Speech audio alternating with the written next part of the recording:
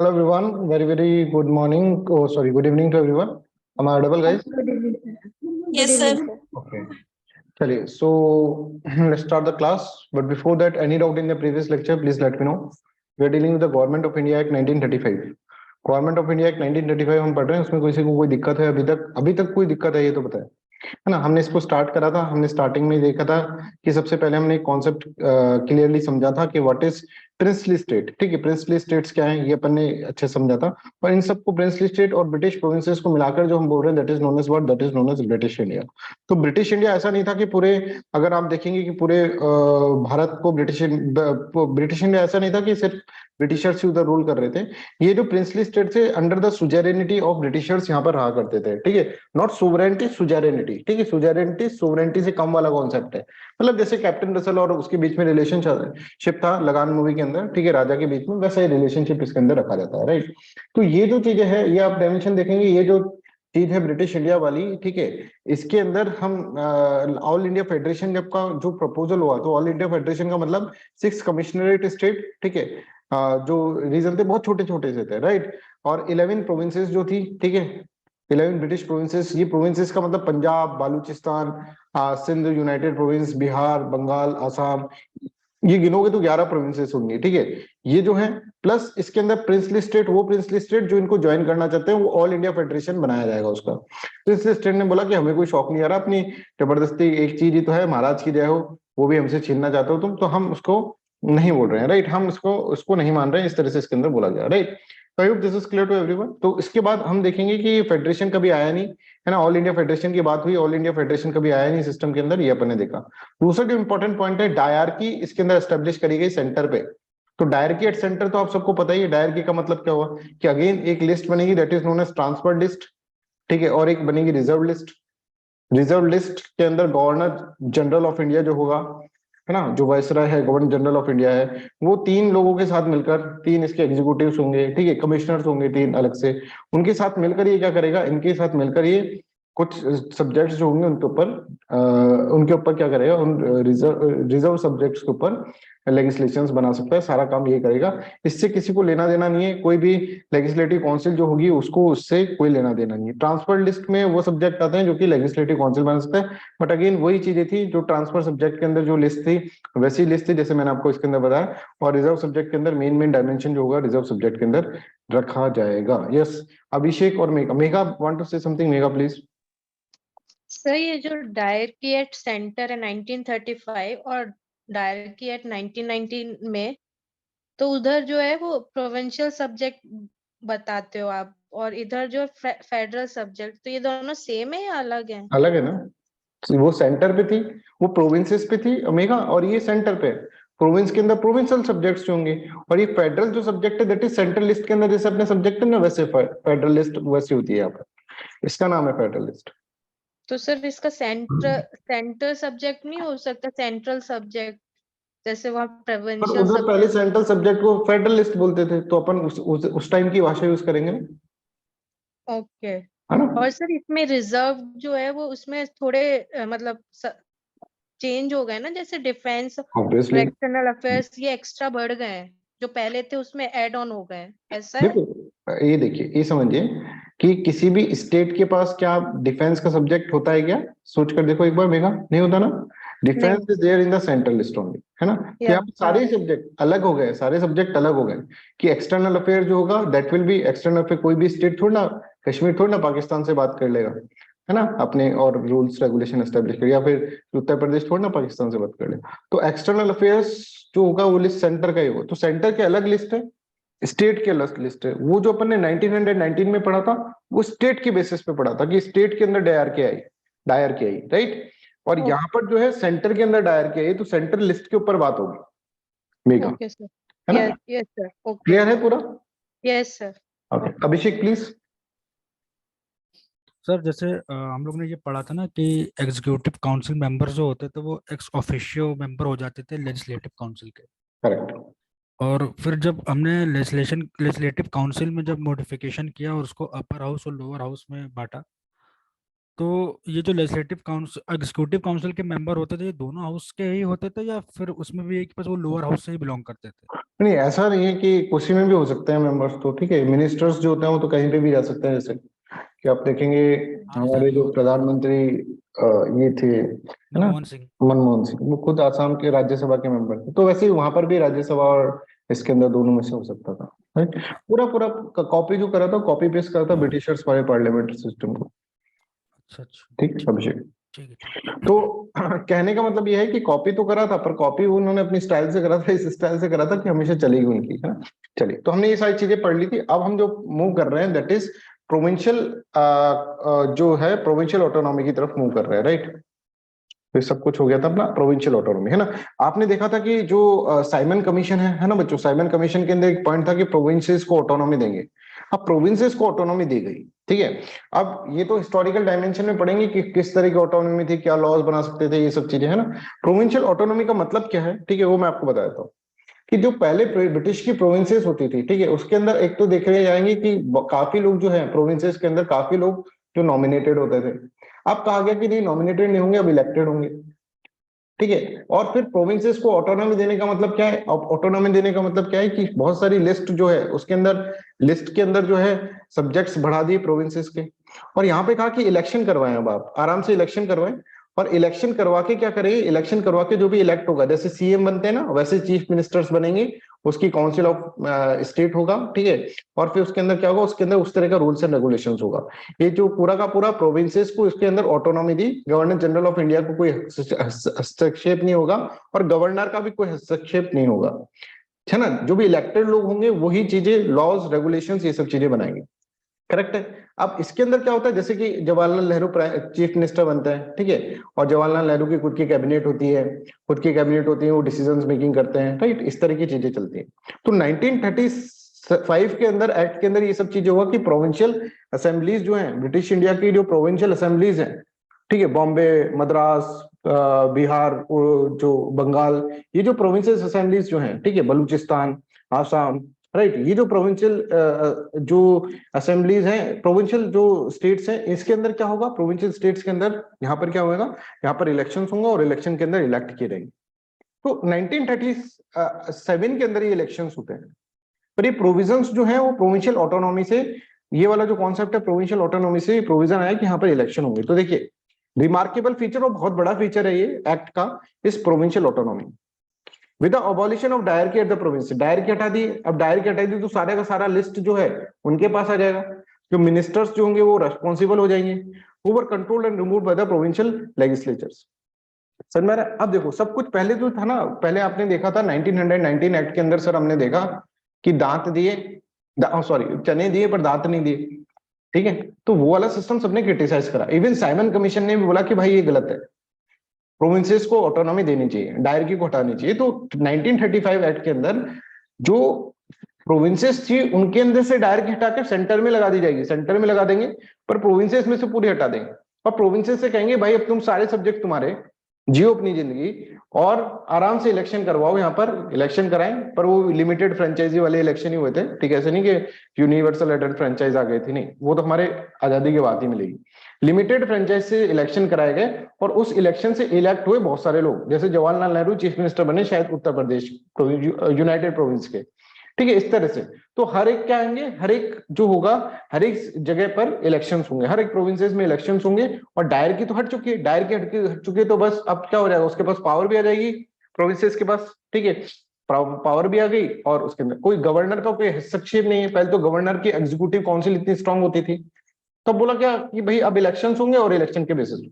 और पहली बार भारत के अंदर इस तरह के इलेक्शंस देखे जाएंगे जहां पे कैंपेनिंग होगी, जवाहरलाल नेहरू कैंपेन कर रहे हैं, ठीक है, वहां पर मुस्लिम लीग के अली जिन्ना कैंपेन कर रहे हैं, समझ आ रहा है। तो बहुत सारी पार्टी, जैसे जवाहरलाल नेहरू की पार्टी 1936 1935 के अंदर अनाउंसमेंट हुआ, 36 में बी आर अम्बेडकर अपनी पार्टी बना देंगे, इंडिपेंडेंट लेबर पार्टी, ठीक है। और इस तरह से देखेंगे तो बहुत सारी पार्टीज के बीच में इलेक्शंस होगा, एक जद्दोजहद होगी कि हाँ हमको मनना है, और ये वो इलेक्शन वाली फील आ जाएगी सबको, ठीक है, ये इलेक्शन हो रहे हैं, राइट। तो यहां पर आप देखेंगे with abolition of dyarchy at the provinces, the entire provincial administration was instructed to the responsible ministers who were controlled and removed by the provincial legislature. और यहां पर जो भी मिनिस्टर्स बनेंगे, अब देखो जैसे कोई स्टेट गवर्नमेंट है ना, स्टेट गवर्नमेंट में जैसे मान लीजिए हम यूपी की बात कर ले, तो Yogi Adityanath ji is the chief minister, और फिर उनकी एक काउंसिल ऑफ मिनिस्टर है, ठीक है, काउंसिल ऑफ मिनिस्टर्स है जिसके अंदर बहुत सारे मिनिस्टर्स हैं, कि गृह विभाग किसी के पास होगा, ठीक है, जो है कि होम अफेयर्स किसके पास है, लॉ एंड ऑर्डर का अफेयर्स किसी के पास है, ऐसे बहुत सारी मिनिस्ट्रीज है, फाइनेंस मिनिस्ट्री किसी के पास है, एजुकेशन मिनिस्ट्री स्टेट की किसी के पास है, राइट। तो I hope this is clear to everyone कि इस तरह के मिनिस्टर्स बने। अब ये मिनिस्टर्स जो थे पहले जो थे, जो काउंसिल ऑफ मिनिस्टर्स थे, राइट, और जो एग्जीक्यूटिव काउंसिल्स थे, याद करो गवर्नर की एग्जीक्यूटिव, वो रेस्पॉन्सिबल नहीं थी लेजिस्लेचर के लिए, पर अब ये लोग सारे के सारे लेजिस्लेचर के लिए रेस्पॉन्सिबल है। लेजिस्लेचर मतलब बाकी के जो एमएलए है उनके लिए रेस्पॉन्सिबल है। तो अब एक असली वाली जो है ना सिस्टम, प्रोविंशियल असेंबलीज के अंदर असली वाला जो एक होता है ना डेमोक्रेटिक सेटअप, जिसके अंदर लेजिस्लेटिव असेंबलीज है और उसके अंदर एग्जीक्यूटिव्स भी हैं, एग्जीक्यूटिव्स के साथ साथ वो लेजिस्लेचर्स जो है उसके लिए रेस्पॉन्सिबल भी हैं, है ना, मिनिस्टर्स जो है रेस्पॉन्सिबल्स भी है, उस तरह की चीजें यहाँ पर होने लगी। गवर्नर से बोला कि भाई तुम शांत हो जाओ, तुम शांत पड़ जाओ, तुम्हें ज्यादा इस तरह का करना नहीं है, राइट। तो गवर्नर वैसा ही हो गया जैसे हमारे यहाँ पर गवर्नर है आजकल, ठीक है, वो ज्यादा हस्तक्षेप करता नहीं है। तो इनको ऑटोनॉमी, इसको बोलते हैं प्रोविंसेस के अंदर ऑटोनॉमी देना, कि provinces are not governed by the governor, ठीक है, पर प्रोविंसेस के अंदर ऑटोनॉमी देना। I hope this is clear. तो इस तरह की ऑटोनॉमी दी गई, और यहां पर असलियत में यहां पर पहली बार ऐसा हुआ कि executives are responsible for the legislature, पहली बार इस तरह की चीजें देखी गई। तो 1937 के अंदर इलेक्शन होते हैं, और 1937 के अंदर इलेक्शन होते हैं और भारी मात्रा में आप देखेंगे प्रचार और प्रसार होता है, ठीक है। और यहाँ पर मुस्लिम लीग भी इलेक्शन लड़ती है, तो कांग्रेस भी लड़ती है, तो इंडिपेंडेंट लेबर पार्टी भी लड़ती है, तो किसान प्रजा पार्टी समिति भी लड़ती है, तो यूनियनिस्ट गवर्नमेंट भी लड़ती है। ऐसे बहुत सारी गवर्नमेंट्स यहाँ पर बहुत सारे लोग पार्टिसिपेट करेंगे, वो देखेंगे हम हिस्ट्री के अंदर, है ना, और वो सब लड़ेंगे आपस के अंदर। और इसके अंदर आप देखेंगे मुस्लिम लीग को मिलती है बहुत ही बढ़िया सीट मिलती है 0, और मेजोरिटी सीट मिलती है कांग्रेस को। और यहां से मुस्लिम लीग का हो जाता है दिमाग खराब, उनका लगता है कि भाई 1937 के इलेक्शन के बाद उनको लग गया कि हमारा यहाँ पर कुछ रिप्रेजेंटेशन ही नहीं है, तो अब क्या करें। मुस्लिम लीग को लगे हमारा रिप्रेजेंटेशन ही नहीं, अब क्या करें। तो यहां से स्टार्ट होता है डिमांड ऑफ पाकिस्तान, कि अलग ही नेशन ही बना लेते हैं, अलग डिमांड ऑफ पाकिस्तान।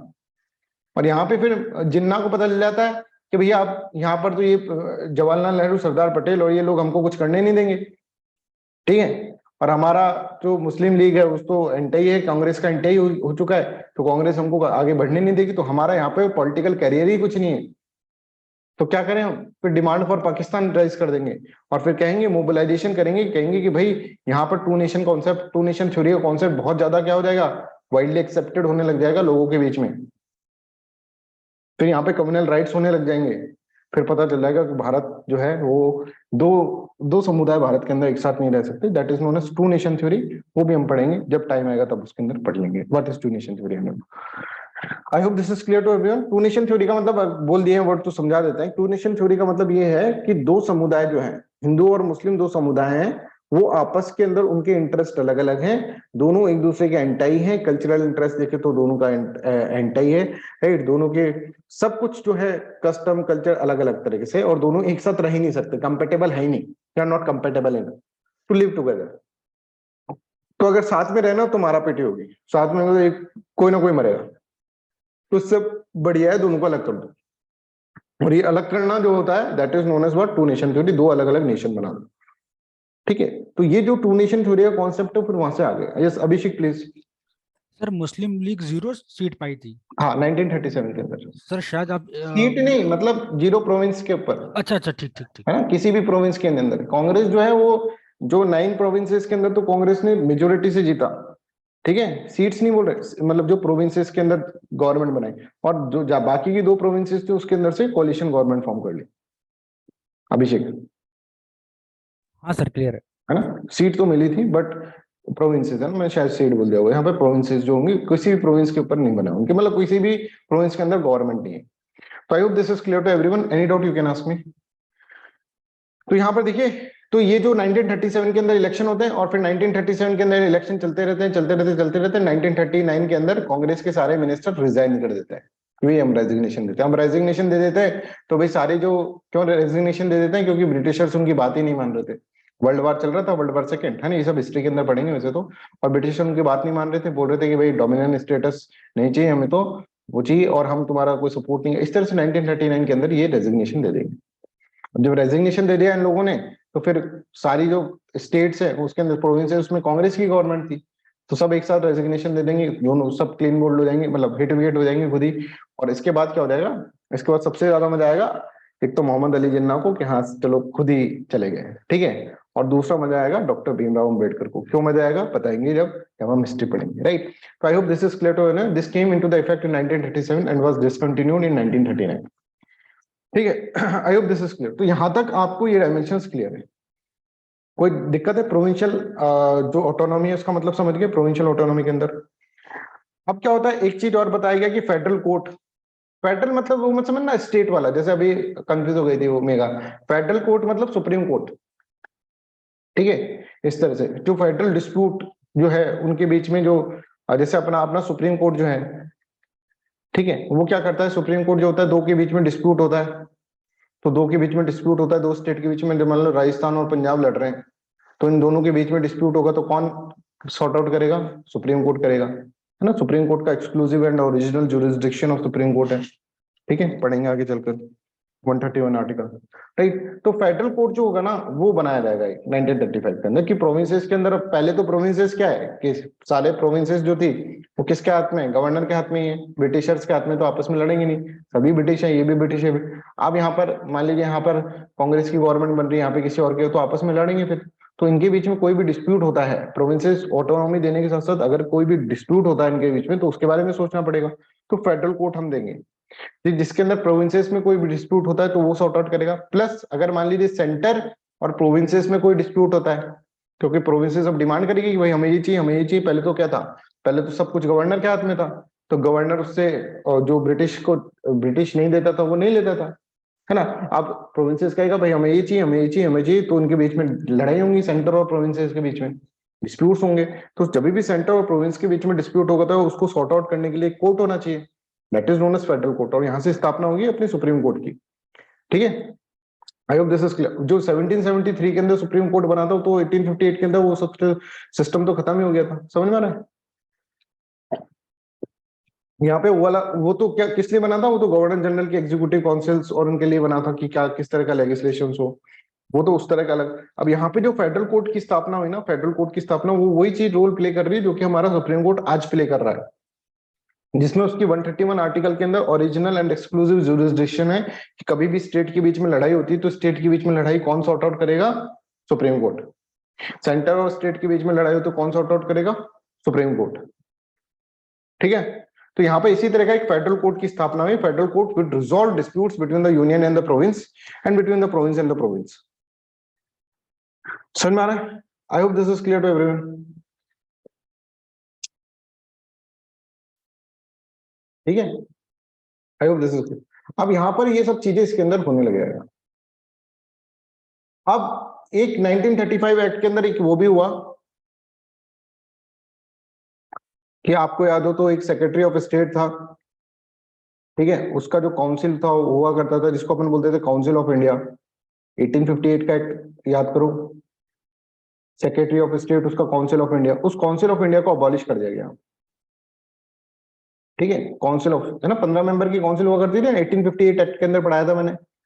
ये एक अगर मैं आपको याद हो तो वो स्लाइड बनाई थी जिसमें था board of control plus court of director की पावर दे दी किसको, फ्लो चार्ट के थ्रू बताया था, इसको दे दी सेक्रेटरी ऑफ स्टेट को, और सेक्रेटरी ऑफ स्टेट के अंदर 10 मेंबर डाल दिए, 15 मेंबर की सॉरी काउंसिल डाल दी, याद है, काउंसिल डाल दी। तो ये जो काउंसिल थी इसको बोला था हमने काउंसिल ऑफ इंडिया, ठीक है, काउंसिल ऑफ इंडिया अपन ने बोला था, ठीक है। तो ये काउंसिल ऑफ इंडिया के थ्रू एसओएस करता था, सेक्रेटरी ऑफ स्टेट काम करता था, सेक्रेटरी ऑफ स्टेट का एजेंट जो है बिल्कुल क्लियर कट डायमेंशन होना चाहिए, गवर्नर जनरल, ठीक है। तो आप ये देखेंगे ये जो है ये इस काउंसिल को अबॉलिश कर दी, तो फिर सर एसओएस को भी अबॉलिश नहीं, एसओएस को ये बोला कि इस काउंसिल को अबॉलिश करके इसके टीम ऑफ एडवाइजर यहां पर रख दी, टीम ऑफ एडवाइजर, क्योंकि ये बॉडी जो थी वो ऑल पावरफुल होती जा रही थी, ठीक है, एसओएस की से भी पावरफुल होती जाती है बॉडी, तो इसने कहा कि इसके ऊपर कंट्रोल रखें, ठीक है, जिससे कि टीम ऑफ एडवाइजर होना चाहिए, ठीक है। तो थोड़ी सी इनकी पावर कम करने के लिए टीम ऑफ एडवाइजर यहाँ पर रख दी। हाँ, तो ये भी एक प्रोविंसेस, ये भी क्या है, एक फंक्शन है, क्योंकि फिर बाद में कभी आ जाए ये कभी क्वेश्चन के अंदर तो फिर दिक्कत होता है। तो it abolish council of India establish by the government of India act 1858। The secretary of the state SOS जो है for India was provided with a team of adviser.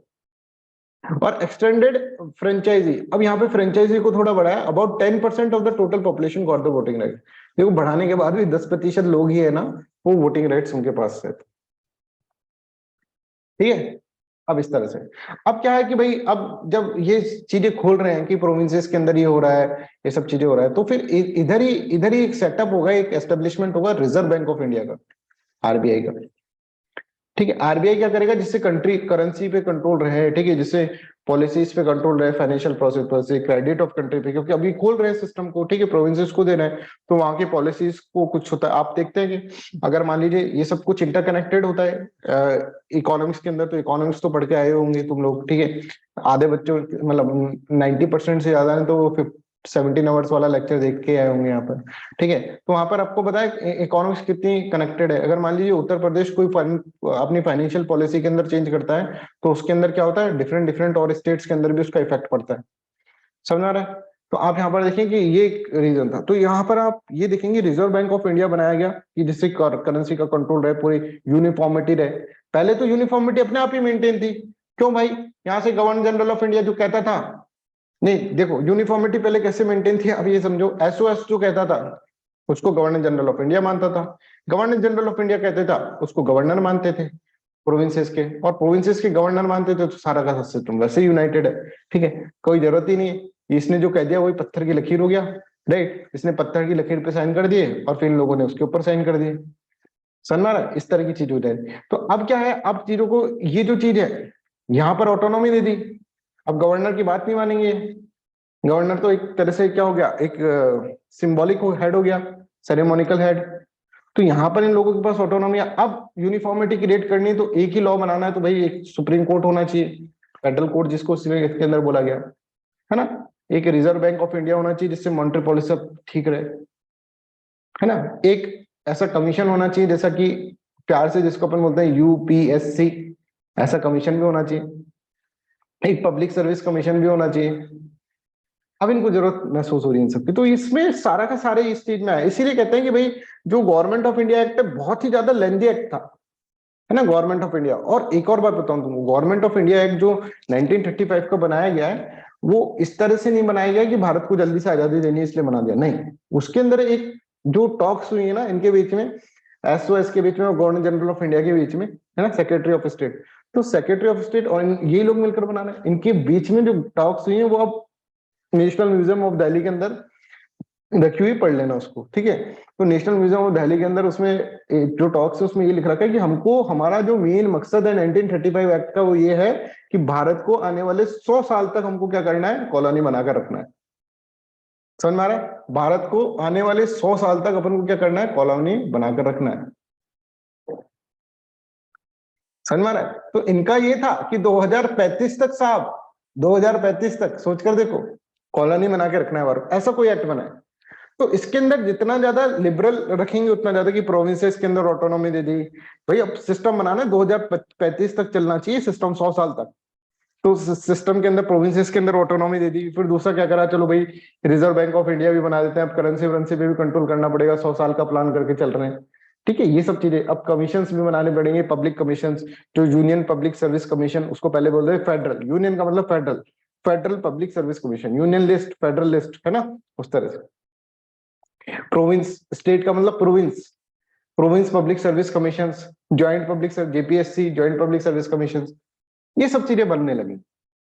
और आप देखते हैं कि ये सारी चीजें आगे की साइड इस तरह से चलेंगी, राइट। तो यहाँ पर देखें कि ये सब 1935, तो आपको रटने की जरूरत है कि 1935 में आरबीआई बना, 1935 में रिजर्व बैंक ऑफ इंडिया बना, एफपीएससी 1935 में आया, जेपीएससी ने, इसे रटने पता है आपको कि 100 साल तक वो करने जा रहे हैं, तो पूरा का पूरा सिस्टम यहाँ पर एस्टेब्लिश करने की कोशिश की जा रही है 1935 एक्ट के अंदर। और इसीलिए 1935 एक्ट के अंदर हम देखेंगे बहुत सारी प्रोविजंस जो है हमारे कॉन्स्टिट्यूशन के अंदर है ना। तो बहुत सारी चीजें हैं, पर अपने काम की, it provided for the establishment of Reserve Bank of India to control the currency and the credit of the country. It provided for the establishment of not only Federal Public Service Commission but also Provincial Public Service Commissions and Joint Public Service Commission for 2 or more provinces. ये चीज इसके अंदर establishment होने लगा, है ना बच्चों। अब ये सब चीजें होता है, फिर 1935 के अंदर 1937 में इलेक्शन होता है, 1939 में फिर वो वापस से रिजाइन कर देते हैं, और फिर ऐसे सिस्टम चलता रहेगा, है ना। फिर 1946 में एक और इलेक्शन होंगे और उसमें प्रोविंशियल लेजिस्लेटिव असेंबलीज बनेंगी, और वहां पर भी वापस से प्रोविंशियल लेजिस्लेटिव असेंबलीज बनेंगी, राइट। इस तरह से हो जाएगा। अब इसके बीच में बहुत सारी चीज हो गई, अगस्त की क्रांति आ गई 1942 के अंदर, बहुत सारे मिशन प्लान आ गए, कैबिनेट मिशन प्लान आ गया, ठीक है, अगस्त ऑफर आ गया, राइट, क्रिप्स मिशन आ गया, कैबिनेट मिशन प्लान आ गया, इस तरह के बहुत सारे प्लान आएंगे। ये सब चीजें हमको डिटेल के अंदर पढ़नी है, इसको आधा अधूरा पढ़ के तो फिर कोई फायदा नहीं है अपना। तो ये सारी बातें तो हम क्या करेंगे, ये सारी बातें कैबिनेट मिशन प्लान तक तो हम यहाँ से जो है वो मॉडर्न हिस्ट्री के अंदर पढ़ लेंगे। अभी हम सीधे आ जाते हैं 1947 के ऊपर, और मई 1947 पे आ जाते हैं, ठीक है। अच्छा, इससे पहले क्या था, इससे पहले ये था, अब ये डिसाइड हो चुका था अगस्त क्रांति के बाद, प्लस सुभाष चंद्र बोस ने जो इंडियन नेशनल आर्मी बनाई, उसके बाद इन लोगों के दिमाग में एक बात तो चला गया कि इंडियन नेशनल आर्मी जो बनाई, देखो इंडियन नेशनल आर्मी जो बनाई थी सुभाष चंद्र बोस ने, उसका बहुत बड़ा कॉन्ट्रीब्यूशन है हमारे फ्रीडम के अंदर, ठीक है, कि हमने उसको इतना ज्यादा बुक्स के अंदर उसको इंपॉर्टेंस नहीं दिया, but that is very very important, that was very very important. और अगर आप कहें कि इतने दिनों से हम चल रहे थे, पर एक स्टेप सुभाष चंद्र बोस का पूरा क्रांति लाकर रख दिया, और अंग्रेज इससे बहुत बुरी तरह से डर गए। वो स्टेप ही ऐसा था, देखो अभी तक हम क्या कर रहे थे, अंदर लड़ रहे थे, अंदर अंदर लड़ रहे थे। सुभाष चंद्र बोस ने क्या करा, एक काम करा सुभाष चंद्र बोस, थोड़ा सा बताऊंगा इसके अंदर, मॉडर्न हिस्ट्री में बहुत डिटेल में इसको पढ़ाता हूँ, ठीक है। तो सुभाष चंद्र बोस ने एक काम करा कि सुभाष चंद्र बोस ने बाहर की कंट्री से सपोर्ट मांगने लग गए, जर्मनी से, जापान से। अब ब्रिटिशर जब देख रहे हैं भाई या अंदर अंदर हैं तब तक तो ठीक है, पर यहाँ के लीडर्स जो हैं वो क्या कर रहे हैं, जर्मनी जापान से, इनको ये तो फिर कोलिशन बना के हमको मारेंगे, हमारे दुश्मन देशों से मिलकर हमको मार सकते हैं कभी भी। तो वहां पर उनको समझ में आ गया ब्रिटेन को कि भाई ये लोग जो है ना अंदर अंदर नहीं, सुभाष चंद्र बोस ने पूरी चेंज करके रख दी, ठीक है। और मैं नहीं बोल रहा, क्लेमेंट एटली ने भी बोला कि भाई हमको जब देखा हमने सुभाष चंद्र बोस जैसी आइडियोलॉजीज आ रही है यहाँ पर, तो फिर हम उससे डर गए, ठीक है। तो इसलिए हमने तभी डिसाइड कर लिया कि अब हम इस तरह से क्या करेंगे, हम इसको भारत को डीकोलोनाइज करेंगे, राइट।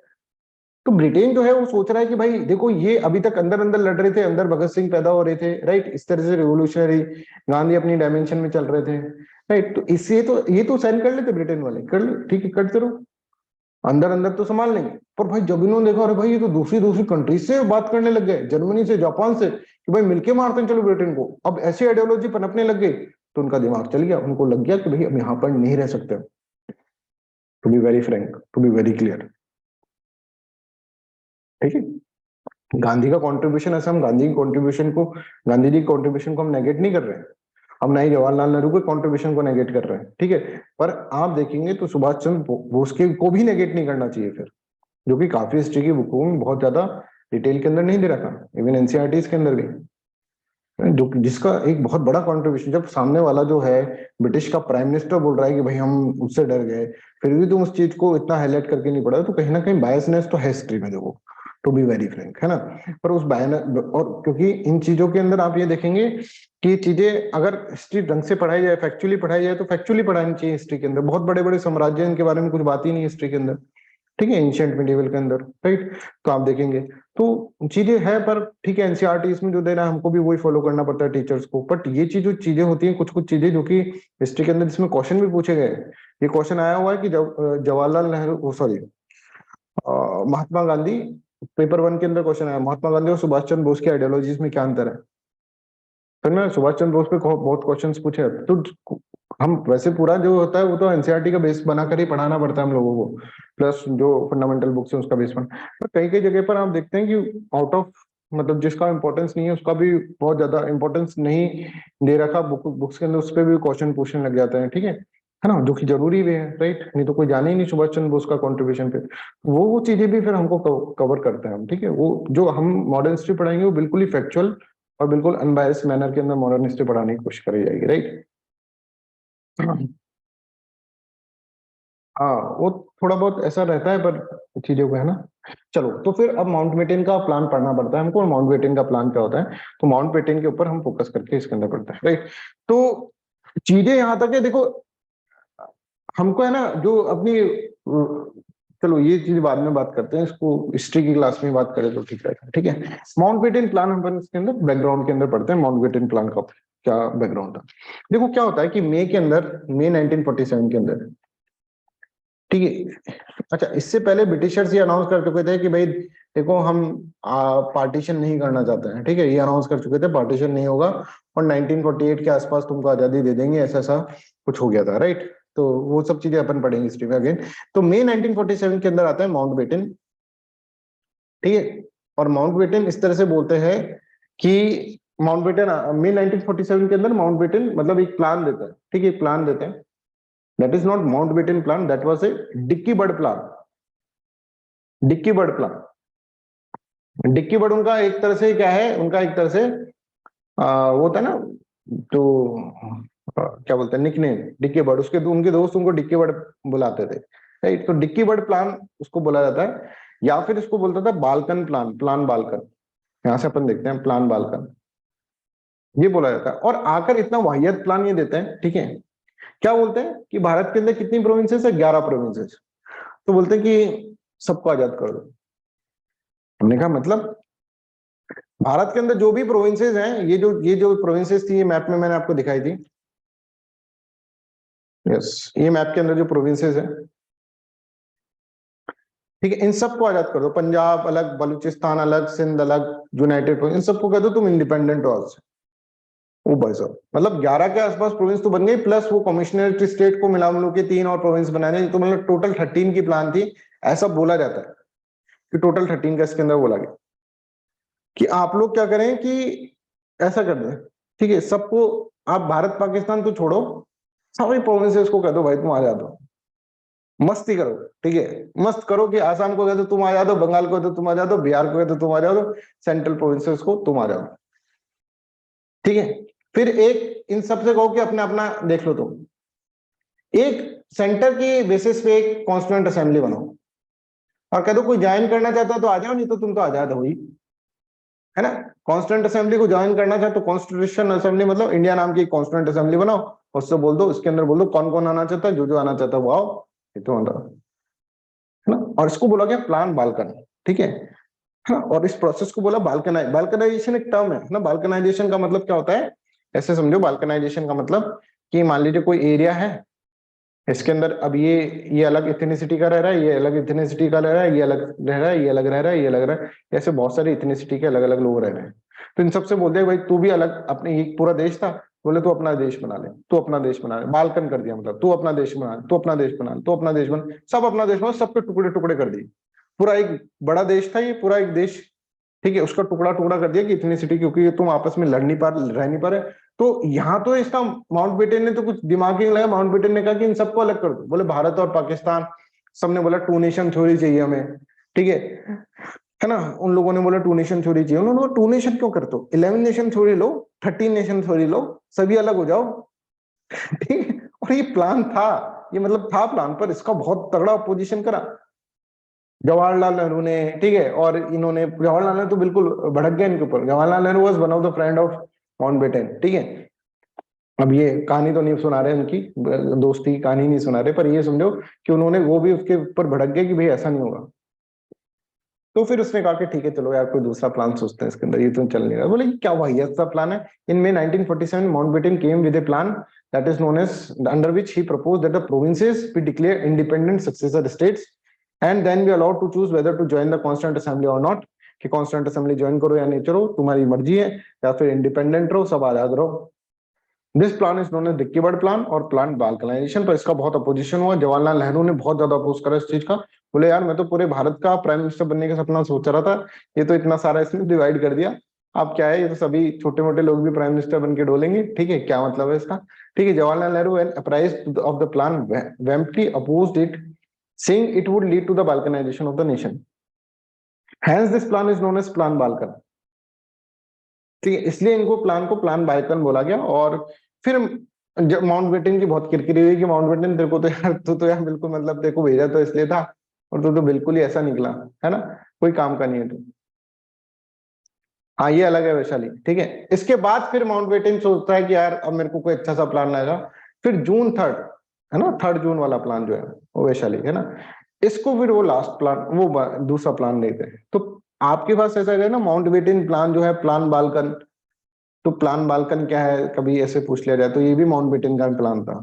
ठीक है, फिर माउंटबेटन प्लान की इसकी बहुत किरकिरी उड़ती है कि भाई तू क्या है यार, आदमी है कैसा है। ठीक है, इस तरह से कोई ऐसा होता है क्या, पूरा पूरा देश वो तो बोल रहे हैं कि 2 नेशन बनाओ, तो कह रहे भाई सभी बन जाओ नेशन, ये तो अच्छी बात नहीं है ना। तो इसके बाद फिर है ना माउंटबेटन क्या करते हैं, 3 जून को एक प्लान बनाते हैं, 3 जून को एक प्लान निकालते हैं, that is known as Mountbatten plan. समझ रहा, तो Mountbatten plan is different from the plan Balkan. और इस प्लान को माउंटबेटन कहा जाता है, इसलिए उस प्लान को उसके निकनेम से बोला जाता है डिक्की बर्ड प्लान। ये तो दोनों माउंटबेटन माउंटबेटन आ जाएगा, तो उस प्लान को डिक्की बर्ड प्लान होता है और इसको Mountbatten. I hope this is clear. और ये जो प्लान बना था वो ऐसे ही बहुत ऐसे प्लान बना था कि सारे लोग बैठे हैं यहाँ पर, उस तरह से महफिल सजी हुई है, राइट, इस तरह से वो बातें कर रहे हैं आपस के अंदर, इस तरह पर वो कोई काम का नहीं है आपका। बट ये समझो 3 जून का आप अपन प्लान पढ़ रहे हैं, what is Mountbatten plan, that we have to understand. फिर हम उससे क्या करेंगे, उसके अंदर इंडिपेंडेंस एक्ट 1947 निकलेगा, और इंडिपेंडेंस एक्ट 1947 की बेसिस पे हमको बोला जाएगा कि अब तुम कॉन्स्टिट्यूशन बना सकते हो, और फिर हम कॉन्स्टिट्यूशन, मेकिंग ऑफ कॉन्स्टिट्यूशन पढ़ेंगे, राइट। चलिए, तो अब हम देखते हैं कि देखिए कि जवाहरलाल नेहरू ने इसको बहुत ज्यादा अपोज करा और प्लान बाल्कन खत्म हो गया। तो बिल्कुल क्लियर रखो कि प्लान बाल्कन अलग है, माउंटबेटन प्लान अलग है, डिक्की बर्ड प्लान अलग है, माउंटबेटन प्लान अलग है, 3 जून वाला अलग है, ये मई के अंदर बोला गया है, इसके अंदर मई के अंदर बोल रहे हो, राइट। अब यहाँ पे देखिए, then the viceroy came up with another plan known as June 3 plan, ठीक है, जून 3 जून प्लान जिसको बोलते हैं, and this plan was the last plan for the India independence, क्योंकि इसके बाद फिर इंडिपेंडेंस मिल गई। This is known as Mountbatten plan, इसको माउंटबेटन प्लान बोला जाता है, राइट। तो माउंटबेटन प्लान के रेफरेंस को लेकर फिर एक इंडिया इंडिपेंडेंस एक्ट बनाया गया, और इंडिया इंडिपेंडेंस एक्ट 1947 बनाया गया। ये क्या है इंडिया इंडिपेंडेंस एक्ट 1947, ये मैं आपको इसके अंदर बता देता हूँ, right. I hope this is clear. और इसके अंदर ही प्लान, माउंटबेटन प्लान जो है वो आपको कंप्लीट हो जाएगा, राइट। तो सबसे पहले उन्होंने बोला कि भाई देखो, there will be 2 dominion state, 2 dominion state. Dominion इसलिए बोल रहे हैं क्योंकि अभी गवर्नर जनरल जो है उसकी पोस्ट मेंटेन है, वायसराय की पोस्ट खत्म हो जाएगी और गवर्नर जनरल की पोस्ट मेंटेन रहेगी जब तक पूरी तरह पावर ट्रांसफर नहीं हो जाता तब तक, है ना। तो 2 डोमिनियन स्टेट रहेंगे, जिसको बोला जाएगा, एक को भारत इंडिया और एक को बोला जाएगा पाकिस्तान, ठीक है, पाकिस्तान, ठीक है। अब इन दोनों के बीच में अब कौन सा इंडिया होगा कौन सा पाकिस्तान होगा, इनके बीच में जो बाउंड्री बनाएगा उसका नाम होगा सर साइरिल रेडक्लिफ। ये सब आके बाउंड्री बनाई, और बहुत ही वाहियात बाउंड्री बनाई, पर बताएंगे अभी किस तरह से, ठीक है। और पाकिस्तान के अंदर क्या क्या होगा, पाकिस्तान के अंदर क्या क्या चीजें होंगी, देखिए पाकिस्तान के अंदर West Punjab, East Bengal, territories of Sindh, North West Frontier Province, ठीक है, Sylhet division of Assam, Bahawalpur, Khairpur, Balochistan and 8 other princely states of Balochistan. ये सब कहाँ जाएंगे, पाकिस्तान के अंदर जाएंगे, ठीक है। अच्छा, प्रिंसली स्टेट को क्या बोला गया, ये जो पीले रंग के लोग हैं, ठीक है, इनको क्या बोला गया, इनको बोला गया कि भाई तुम्हारे पास 2 ऑप्शन है, क्या 3 ऑप्शन है रदर। एक तो या तो तुम क्या करो, या तो तुम आजाद रहो, इंडिपेंडेंट रहो, कि भाई किसी के साथ नहीं जाना, या फिर पाकिस्तान के साथ चल जाओ। 3 ऑप्शन है तुम्हारे पास, या तो इंडिपेंडेंट रहो, पाकिस्तान के साथ चल जाओ, नहीं तो इंडिया के साथ जाओ।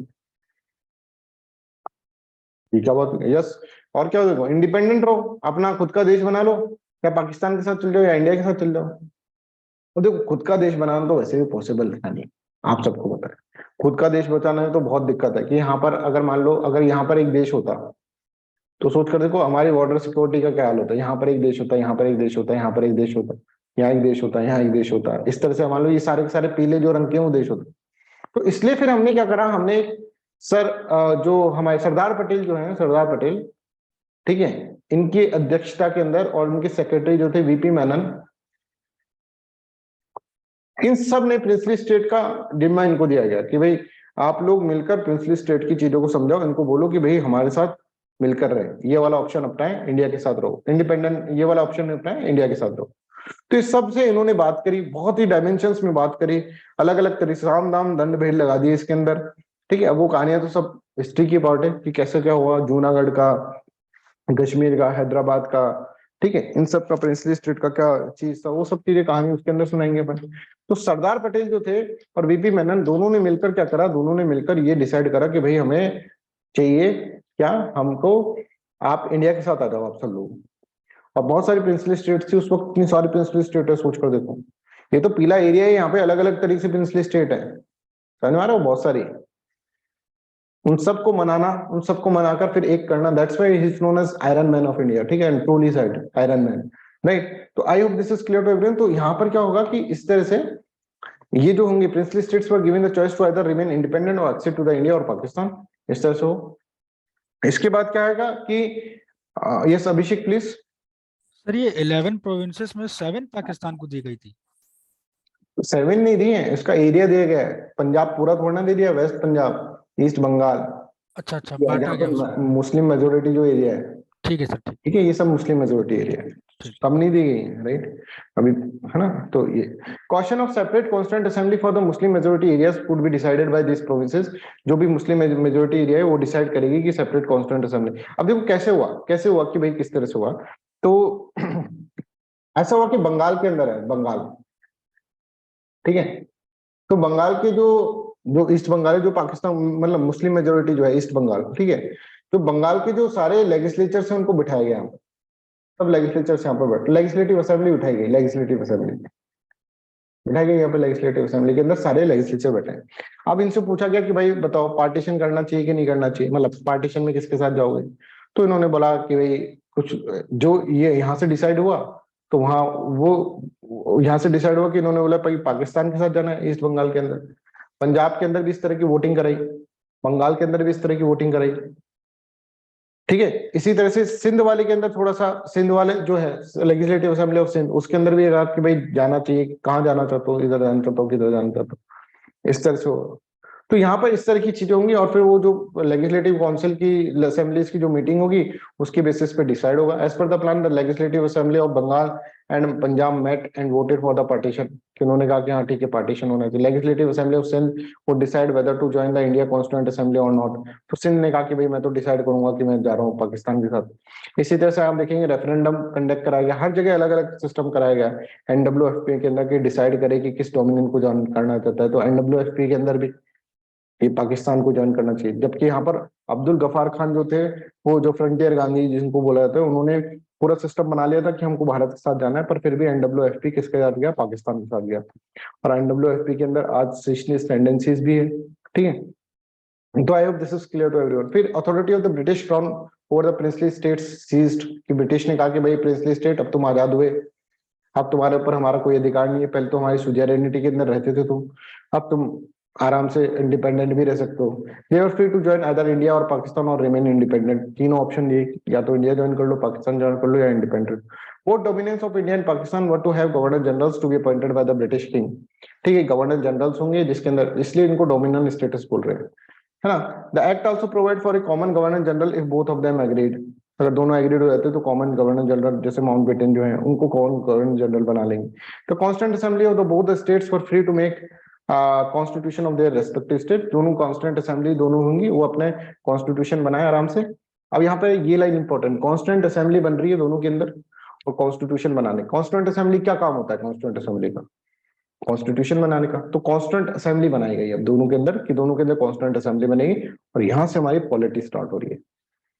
अभी तक जो कहानी है समझो, ये तुम्हारा बेस क्लियर करने के लिए है कि भाई अचानक से सीधे कॉन्स्टिट्यूशन नहीं पढ़ा सकते, क्योंकि सब मतलब ज्यादातर टीचर्स ऐसे करते सीधे कॉन्स्टिट्यूशन पढ़ा दे। ये कहानी नहीं समझोगे, पीछे की हिस्टोरिकल बैकग्राउंड्स जो है, हिस्टोरिकल अंडरपिनिंग्स पढ़ाई है मैंने तुम्हें अभी, ठीक है। और वो लक्ष्मीकांत का चैप्टर 1 पढ़ डालो, बिल्कुल पूरा का पूरा क्रिस्टल क्लियर, कोई एक भी पॉइंट ऐसा नहीं होगा डाउटफुल, है ना। और मतलब ऐसा क्लियर कि 2 साल तक तो नहीं भूलोगे तुम, और मैं चाहता हूँ 2 साल के बाद तुमको काम भी नहीं आए वो चीज, सेलेक्ट हो जाओ, राइट। तो यहाँ पर इस तरह से चीजें होंगी कि वो चीज अभी तक अपन पढ़ रहे, ये कॉन्स्टिट्यूंट असेंबली बनी, इसके बाद कॉन्स्टिट्यूशन के बाद पॉलिटिक्स स्टार्ट होती है।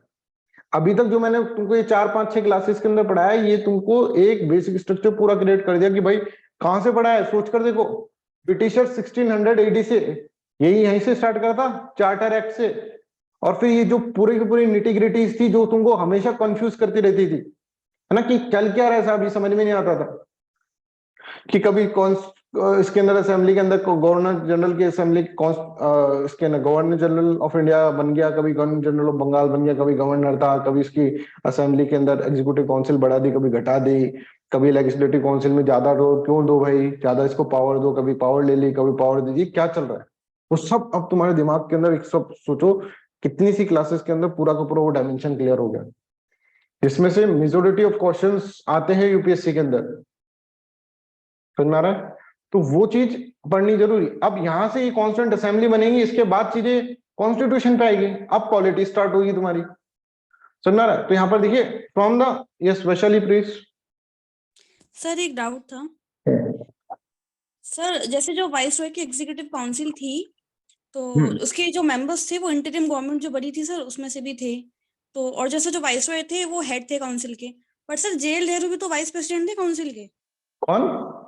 JL Nehru Jawaharlal Nehru vice president किससे? काउंसिल के, वाइस रॉय की जो एग्जीक्यूटिव काउंसिल थी। तो वाइसराय की एग्जीक्यूटिव काउंसिल जो है, आप ये समझो वाइसराय की जो एग्जीक्यूटिव काउंसिल है उसमें इंडियंस की एंट्री तो थी, क्या क्या दिक्कत है उसमें? मतलब सर वाइस प्रेसिडेंट की पोस्ट होल्ड कर रहे थे जेएल नेहरू, तो सर मतलब मुझे ये नहीं पता वाइस कंटेंशन था कि डेवलपमेंट उस हेल्ड टाइम कर रहे पर थे कि क्यों नहीं एक्सेस नहीं कर रहे थे, तुम बोल रही हो इसलिए मैं सोच रहा हूँ इसके बाद। तुम बोल रही हो सही बोल रही होगी क्या, एक बार वापस रिपीट करो। नहीं सर, मतलब सर डाउट ये था कि जो वाइसरॉय की एग्जीक्यूटिव काउंसिल थी उसके जो मेंबर्स थे उसमें इंडियंस थे, और जो जेएल नेहरू थे वो उस काउंसिल के वाइस प्रेसिडेंट थे, और जो वाइसरॉय थे वो तो थे ही हेड्स काउंसिल के। तो मतलब सर दोनों कंटेंशन ये चीज थी कि उस टाइम पर जब इतनी अच्छी पोस्ट को वो होल्ड कर रहे हैं जेएल नेहरू, तो वहां पर ये डेवलपमेंट हो गया और फिर जो जितने भी राइट्स थे ये सब इतने डिवैल्यूड क्यों हुए, मतलब क्योंकि वहां पर मतलब जेएल नेहरू मतलब क्या स्टैंड ले नहीं पा रहे थे या फिर इशू क्या था सर? मतलब एक तो मेरे को पहले तो ये नहीं पता कि वो वाइस प्रेसिडेंट थे कि नहीं थे, वो तुम बोल रही हो इसलिए मैं मान रहा हूँ, है ना, पॉइंट नंबर 1। ठीक है, और ये कब की बात है, मतलब कौन से ईयर की बात कर रहे हो तुम? 1947 के अंदर माउंटबेटन के टाइम पर ही? सर जो इंटरिम गवर्नमेंट बनी थी ना 1946 के आसपास। 1946 की इंटरिम गवर्नमेंट थी क्या? वो तो कैबिनेट मिशन प्लान का है। कैबिनेट मिशन प्लान के अंदर इंटरिम गवर्नमेंट बनी। इंटरिम गवर्नमेंट का मतलब समझ तो क्या है? वो कैबिनेट मिशन प्लान की चीज बोल रही हो तुम। देखो कैबिनेट मिशन प्लान जो है ना वो वाइसराय की एग्जीक्यूटिव काउंसिल नहीं है, समझो। इंटरिम गवर्नमेंट फॉर्म होगी, इसके अंदर बोला इंटरिम गवर्नमेंट फॉर्म होगी, इसके अंदर क्या होगा, एक तरह से गवर्नमेंट ही फॉर्म है, राइट। इसके अंदर जो थे जवाहरलाल नेहरू वो वाइस प्रेसिडेंट नहीं थे, वो हेड थे उस इंटरिम गवर्नमेंट के। और इंटरिम गवर्नमेंट मतलब जैसे कि आप भारत के अंदर जैसे पीएम बनेगा तो वो कैसे बनेगा, तो उसके लिए इंटरिम गवर्नमेंट बना रखी है अभी इन्होंने। जिसके अंदर पाकिस्तान अलग नहीं था, वो पाकिस्तान भी था उसके अंदर। वहां पे जो है फाइनेंस मिनिस्टर जो थे लियाकत अली खान थे उसके इंटरिम गवर्नमेंट के, समझ में आ रहा? तो वो सब थे। अली जिन्ना ने कहा था कि मैं पार्टिसिपेट ही नहीं करूंगा क्योंकि उसको बनना था हेड इंटरिम गवर्नमेंट का। तो कैबिनेट मिशन प्लान के हिसाब से जो इंटरिम गवर्नमेंट बनी थी उसकी बात कर रहे हो तुम, समझ रहे हो वैशाली? वो तो है, मतलब सर जो वाइसरॉय की एग्जीक्यूटिव काउंसिल थी ना तो इस इंटरिम गवर्नमेंट के मेंबर थे उसके अंदर। बिल्कुल हो सकते हैं, क्यों नहीं हो सकते इंटरिम गवर्नमेंट के मेंबर्स वाइसरॉय की एग्जीक्यूटिव काउंसिल के अंदर, है ना। तो वो मैं देख के बताता हूँ तुम क्या बोल रही हो, वाइस प्रेसिडेंट का क्या सीन बोल रहे हो वो देख लेता हूँ एक बार, है ना। वैशाली कल बात कर लेते हैं इस पे। Yes sir.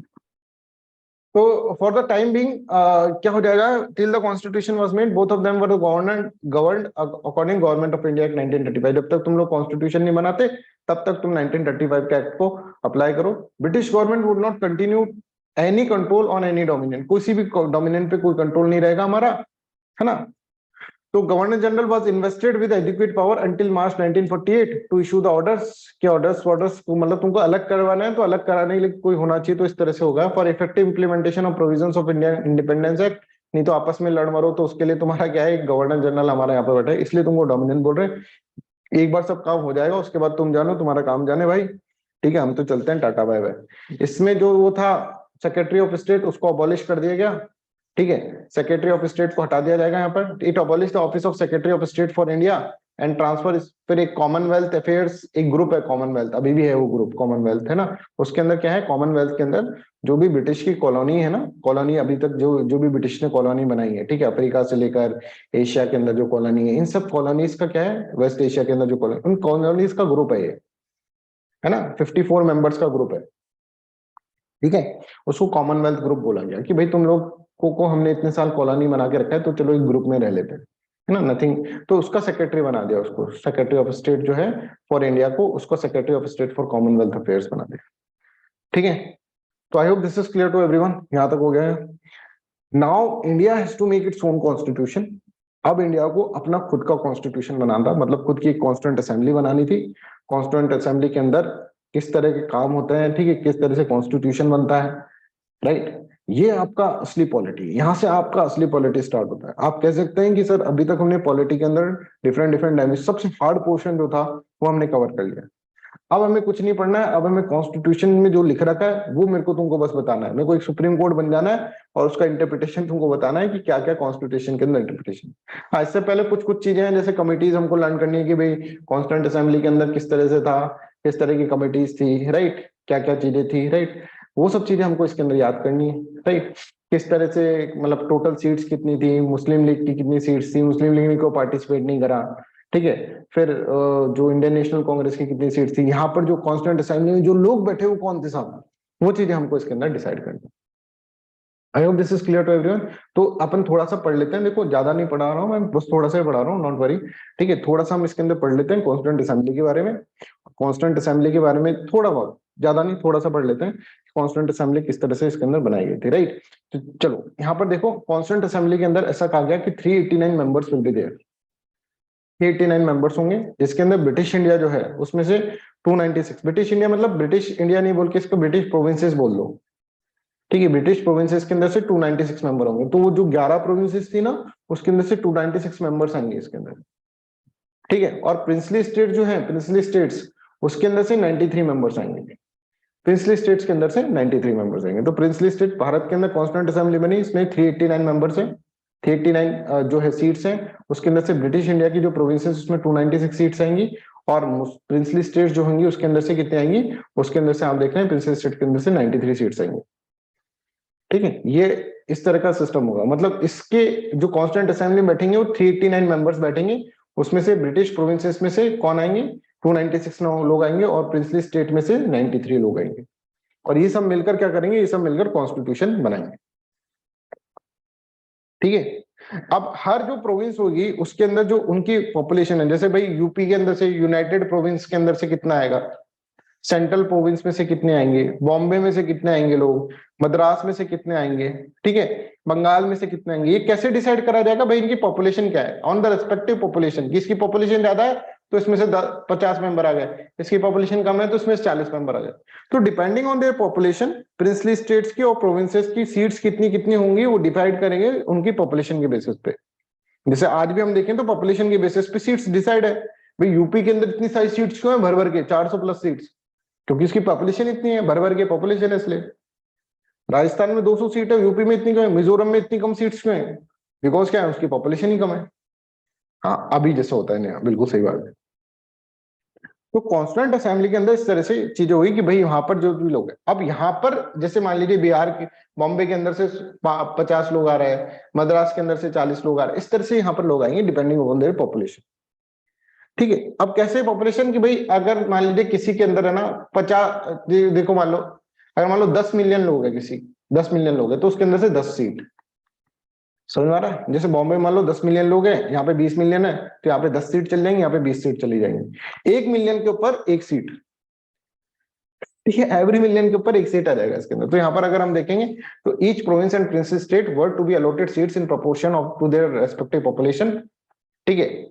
और यहाँ पर हम देखेंगे रफली 1 seats was to be allocated for every million population, हर 1 मिलियन पॉपुलेशन के अंदर रफली अगर हम देखें तो इस तरह से सीट थी, ठीक है। I hope this is clear. फिर इसके अंदर देखा जाएगा ब्रिटिश इंडिया के अंदर जो चीजें होंगी, जैसे मुस्लिम्स होंगे, सिख होंगे और जनरल, जनरल के अंदर सब डाल दिए, बाकी के लोग जनरल के अंदर डाल दिए। कम्युनिटी के बेसिस पे अगर हम देखें 3 कम्युनिटी होंगी जनरल के अंदर, हिंदूज और बाकी के जो लोग हैं, ठीक है, क्रिश्चियन और वो जो भी सारे लोग हैं, मुस्लिम, सिख और जनरल्स, इस 3 कैटेगरी के अंदर बढ़ रहे हैं। और इनके रिप्रेजेंटेटिव्स जो होंगे ना, वो क्या होंगे, मुस्लिम के अंदर कौन कौन आएंगे, मुस्लिम के अंदर, सिक्स के अंदर, मतलब 296 सीट्स में से कौन कौन आएंगे, ये कहां से डिसाइड होगा, ये समझो। अब ये समझना थोड़ा सा, 1946 में प्रोविंसेस के इलेक्शन होते हैं, जैसे 1937 में होते हैं, और बहुत सारी पार्टी जो होती है वो जीतती है। और यहाँ पे 1946 से प्रोविंशियल इलेक्शंस जो होते हैं उसके अंदर बहुत सारी सीट्स आती है। ठीक है, तो ये लोग हैं। अब इन लोगों को किसने इलेक्ट करा? हम लोगों ने। इन लोगों को किसने इलेक्ट करा? प्रोविंशियल इलेक्शंस के अंदर जो थी वो उनको हम लोगों ने इलेक्ट करा। 10% ने करा पर हमने करा, तो ये पर्सन तो डायरेक्टली इलेक्टेड थे। प्रोविंशियल लेजिस्लेटिव असेंबलीज के अंदर जो लोग बैठे वो डायरेक्टली इलेक्टेड।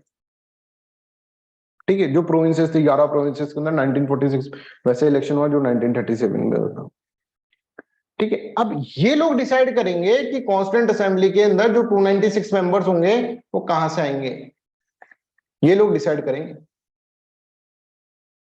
समझ में आ रहा है? 296 मेंबर्स जो होंगे वो डिसाइड, जैसे कांग्रेस के लोग डिसाइड करेंगे, ये लोग डिसाइड करेंगे कि यहां पर कौन आएगा। तो ये जो लोग बैठे यहाँ पर, जैसे जवाहरलाल नेहरू यहाँ पर थे तो इन सब लोगों ने डिसाइड करा कि भाई जवाहरलाल नेहरू आने चाहिए, जवाहरलाल नेहरू। सरदार पटेल यहाँ थे, सरदार पटेल। बी आर अम्बेडकर यहाँ थे तो इन सब लोगों ने डिसाइड करा बी आर अम्बेडकर। वोटिंग हुई बकायदा,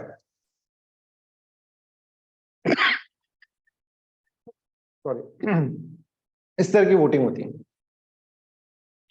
और वोटिंग में डिसाइड होता है कि किस तरह से। अच्छा, प्रिंसली स्टेट में से नॉमिनेट करेगा, प्रिंसली चीफ जो होगा वो नॉमिनेट करेगा कि भाई मेरा बंदा ऐसा जाएगा।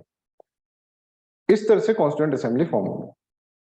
तो कॉन्स्टिट्यूएंट असेंबली हम देखें तो इनडायरेक्टली इलेक्टेड है। यहाँ के जो लोग हैं वो इनडायरेक्टली इलेक्टेड है। एक क्रिटिसिज्म ये भी आता है कि भाई इतना बड़ा काम करना था, कॉन्स्टिट्यूशन बनाना था तुमको, तो तुमने डायरेक्टली इलेक्शन क्यों नहीं करवाया? और इनडायरेक्टली इलेक्टेड भी देखो, यहाँ पे सिर्फ 10% लोगों को अधिकार है इनको इलेक्ट करने का। उन्होंने इसको इलेक्ट करा, फिर इन्होंने इसको इलेक्ट कर लिया, इन लोगों को। समझ में आ रहा है? तो इसमें अब देखो कांग्रेस की यहाँ पे बहुत सारी सीट्स हैं, तो कांग्रेस के जो होगा वो अप्रोक्सीमेटली 208 सीट्स कांग्रेस की थी। इंडियन नेशनल कांग्रेस वाले भेजेंगे यहाँ पे 208 लोगों को। ठीक है, इसी तरह से आप देखेंगे 73 सीट्स जो थी मुस्लिम लीग की थी। ये तो भाई मुस्लिम लीग तो चला गया, मुस्लिम लीग तो का है नहीं। और 15 सीट जो थी ना वो स्मॉल और इंडिपेंडेंट। मतलब यहाँ के जो लोग हैं, आप ये समझिए 296 सीट्स कैसे बनी थी यहाँ पर, समझो 296 सीट्स का मतलब क्या है कि 200 यहाँ पर जो सीट्स हैं वो कैसे होंगी कि यहाँ पर जो इलेक्शन करेगा, इलेक्ट करेगा, वहां पे कांग्रेस इलेक्ट हुई है 1946 में, थोड़े से मुस्लिम लीग के जो है सीट्स है वो भी है। तो मुस्लिम लीग की सीट के बेसिस पे यहाँ पर कितनी सीट बनती है? 73 सीट्स। जो मुस्लिम लीग के लोगों को भेजना है उधर, 73 लोगों को भेजना था यहाँ पर। कांग्रेस के लोगों को यहाँ पर कितना भेजना है? 208 लोगों को कॉन्स्टिट्यूएंट असेंबली में भेजना था। इसी तरह से कुछ इंडिपेंडेंट्स होंगे, स्मॉल ग्रुप्स और इंडिपेंडेंट्स, उनको कितना था? 15 लोगों को इनको भेजना था। तो आप ये देखेंगे यहाँ पर, ये समझो कि ये प्रोविंशियल लेजिस्लेटिव असेंबलीज हैं। इसमें कुछ कांग्रेस के लोग हैं, कुछ मुस्लिम लीग के लोग हैं, कुछ इंडिपेंडेंट हैं। ठीक है, कुछ लोग हैं स्मॉल ग्रुप्स जैसे किसान प्रोजेक्ट पार्टी, ठीक है, यूनियनिस्ट इंडिया पार्टी, ठीक है, इस तरह की, राइट। तो इस तरह के लोग हैं। समझ में आ रहा है? अब ये लोगों को इलेक्ट करना है किसको? इन लोगों को इलेक्ट करना है कॉन्स्टिट्यूएंट असेंबली के लोगों को। तो भाई कांग्रेस की तो मेजोरिटी सीट्स तो कांग्रेस की आई थी यहाँ पे 1946 के इलेक्शन में। तो कांग्रेस को जो यहाँ पे इलेक्ट करने हैं वो मिलाकर ऐसा होगा कि 208 लोग यहाँ पर इलेक्ट करने हैं। कांग्रेस के खाते में ही आया कि 208 लोग कौन करेगा? कांग्रेस इलेक्ट करेगा। मुस्लिम लीग कितना करेगा? मुस्लिम लीग 73 सीट्स मुस्लिम लीग के पास। मुस्लिम लीग ने काफी सीट जीती 1946 में, तो 73 लोग मुस्लिम लीग यहाँ पर अपॉइंट करेंगे। और जो बाकी के 15 सीट्स हैं वो कौन करेंगे? इंडिपेंडेंट्स और ये स्मॉल ग्रुप्स। ये सबको समझ में आ रहा है? तो ऐसे हमारी कॉन्स्टिट्यूएंट असेंबली बनी। तो सोच कर देखो कि कॉन्स्टिट्यूएंट असेंबली के अंदर रिप्रेजेंटेशन वो कितना कमजोर है। अगर हम देखेंगे वैसे तो कि 10% लोगों ने, एक बार रुकना अभिषेक, 10% लोगों ने इन लोगों को इलेक्ट करा और इन लोगों ने फिर इन लोगों को इलेक्ट करा कॉन्स्टिट्यूएंट असेंबली के अंदर। समझ में आ रहा है? तो indirectly elected. Yes Abhishek please. अब इसमें कोई डाउट है तो पुलिस खुल के पूछ लेना। अभिषेक प्लीज। सर ये जो कॉन्स्टिट्यूएंट असेंबली बन रही है ये सिर्फ हम इंडिया के लिए बना रहे हैं या मतलब इंडिया के लिए बनाना है। तो सर फिर इसमें इंडियन मुस्लिम लीग क्यों आई? वो तो वैसे पाकिस्तान के लिए भी बात 1946 में तो थी, 1946 की प्रोविंशियल लेजिस्लेटिव असेंबली के अंदर तो थी।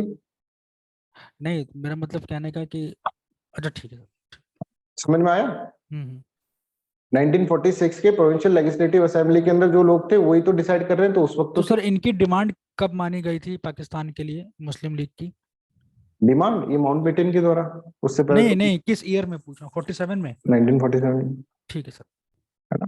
इससे पहले भी बहुत कारनामे करे इन्होंने, ठीक है, मुस्लिम लीग ने। उसके बाद ये डिसाइड हो गया, जैसे बंगाल के अंदर बहुत ज्यादा वायलेंस, डे ऑफ डिलीवरेंस जो था, ठीक है, उसके अंदर बहुत ज्यादा पढ़ाएंगे पूरा का पूरा, है ना, मॉडर्न हिस्ट्री के अंदर समझ में आ रहा है। तो I hope this is clear. अब भाई सही बात है, मुस्लिम लीग तो थी नहीं, तो मुस्लिम लीग की 73 सीट्स तो हट गई, तो बची कितनी, 208 और 15 सीट्स, समझ में आ रहा है। तो यहाँ पर देखिए, ये देखो, अगर हम बात करें इसके अंदर, इंडियन नेशनल कांग्रेस की 208 सीट्स, मुस्लिम लीग की 73 सीट्स, और स्मॉल ग्रुप्स और इंडिपेंडेंट की 15 सीट्स। मुस्लिम लीग गई काम से, वो तो चलेगी ना भाई पाकिस्तान के अंदर, वो तो मुस्लिम इंडियन मुस्लिम लीग तो है ही नहीं अब। तो ये 73 सीट्स तो हटा दो, इन सीट्स के ऊपर इलेक्शंस हुए, इन सीट के ऊपर क्या हुआ, इन सीट्स के ऊपर लोग भेजे गए कांग्रेस के द्वारा, इधर 15 इनके द्वारा। And how are the 93 seats, ठीक है, एक सेकंड।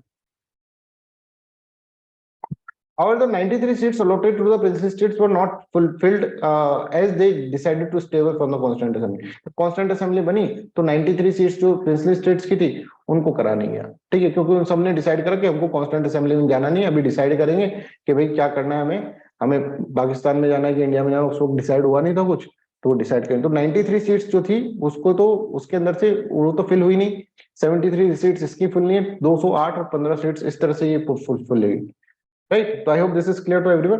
तो यहाँ पर जो था, आप ये समझिए कि 296 सीट्स ब्रिटिश इंडिया की थी, तो उसके अंदर से 208 कांग्रेस के अंदर जानी थी, कांग्रेस वाले इलेक्ट करके भेजते हैं यहाँ पर, 73 जो भेजते वो मुस्लिम लीग भेजती, और 15 जो थी वो इंडिपेंडेंट और स्मॉल, तो मुस्लिम लीग तो थी नहीं, तो उसकी सीट्स बढ़ जाएगी 208 और 15।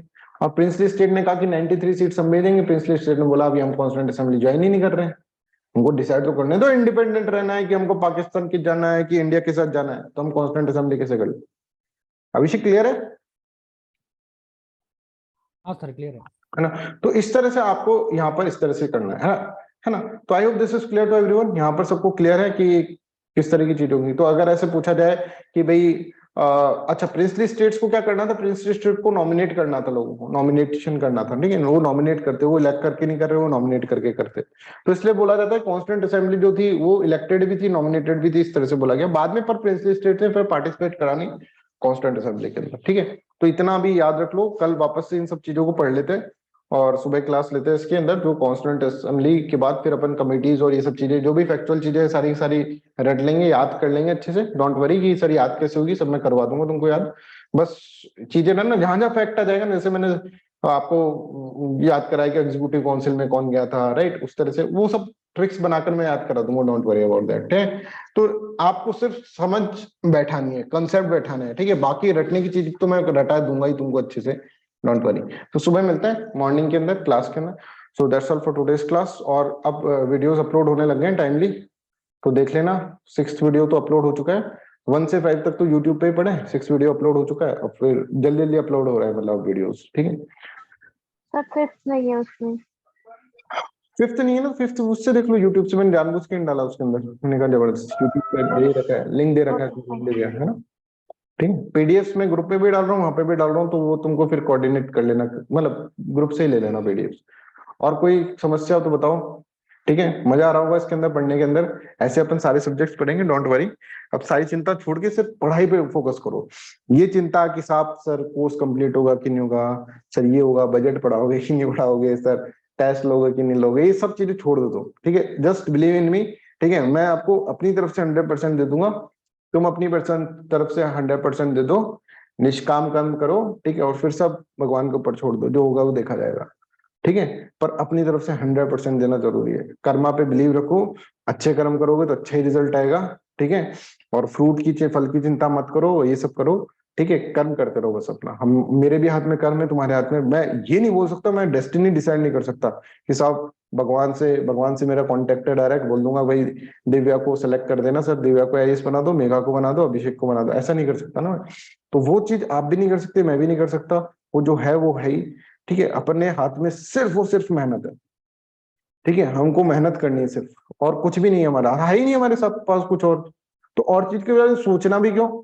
अगर तुम 10 मिनट अगर तुम उसके बारे में सोचे कि यार मेरा सिलेक्शन होगा कि नहीं होगा, ऐसे यूं खुजालते हुए, सर खुजालते हुए, तो उससे कोई सिलेक्शन थोड़ी ना हो जाएगा, उससे कोई एक सब्जेक्ट कंप्लीट थोड़ा ना, पॉलिटिका कॉन्स्टिट्यूएंट असेंबली कंप्लीट हो गया, ऐसा तो नहीं होगा। एंजाइटी में आओगे, पैनिक करोगे, डिप्रेस्ड हो जाओगे, तो उससे कोई फायदा तो हो नहीं रहा कि भाई अगर 1 घंटा हम डिप्रेशन में चले गए तो साहब मेरा सब ज्योग्राफी वाला कॉन्सेप्ट क्लियर हो गया, ऐसा तो होगा नहीं। तो जब हमें ये चीज पता है कि हमें इन सब चीजों से कुछ नहीं होगा, तो इन सब चीजों को कंट्रोल करना आना चाहिए हमें। इतना तो आना चाहिए भाई, आईएएस की पोस्ट के लिए लड़ रहे हो और तुमको ये नहीं पता है कि साहब इमोशंस को कैसे कंट्रोल करें। छोटी सी समस्या के ऊपर क्या है, समस्या के ऊपर तुम रोने लग जाते हो कि साहब मेरा ये कोर्स नहीं हुआ, ये ऑप्शन कंप्लीट नहीं हुआ, मेरा वो कंप्लीट नहीं हुआ, ये नहीं हुआ। फाइट करना सीखो, फाइटिंग स्पिरिट रखो, ठीक है, हर चीज से लड़ना है तुम्हें आगे चलकर, ठीक है। तो अभी कम से कम खुद से तो लड़ लो, खुद के इमोशंस से तो लड़ना सीख लो, फिर ही तो जाके आगे किसी और से लड़ोगे। खुद से लड़ना मतलब खुद के डिप्रेशन से लड़ना, खुद के फियर से लड़ना, उसके लिए आपको किसी की जरूरत नहीं होनी चाहिए, ठीक है। किसी की सपोर्ट की जरूरत नहीं होनी चाहिए कि मम्मी की गोदी में बैठ के रो रहे हैं, 25 साल के हो गए, मम्मी क्या करूं, मेरे से कुछ होता नहीं है, ऐसे करके, ये नहीं है। अब आप खुद हो, ठीक है, खुद अपने ऊपर बिलीव रखो, ठीक है, और अपनी प्रिपरेशन करो, कर्म करो, और बिलीव मी और not, you are in the right hands, ठीक है। डोंट वरी अबाउट दैट, हम कभी छोड़ेंगे नहीं आपको, ठीक है। तो आप हमेशा प्रिपरेशन करें, हम आपके साथ हैं, और आप खुद अपने साथ हो, और किसी की जरूरत हमको है भी नहीं, राइट। इस तरह से सोचकर आप प्रिपरेशन करें। That's all for today's class. Thank you so much, bye bye, take care and have a nice day, bye bye.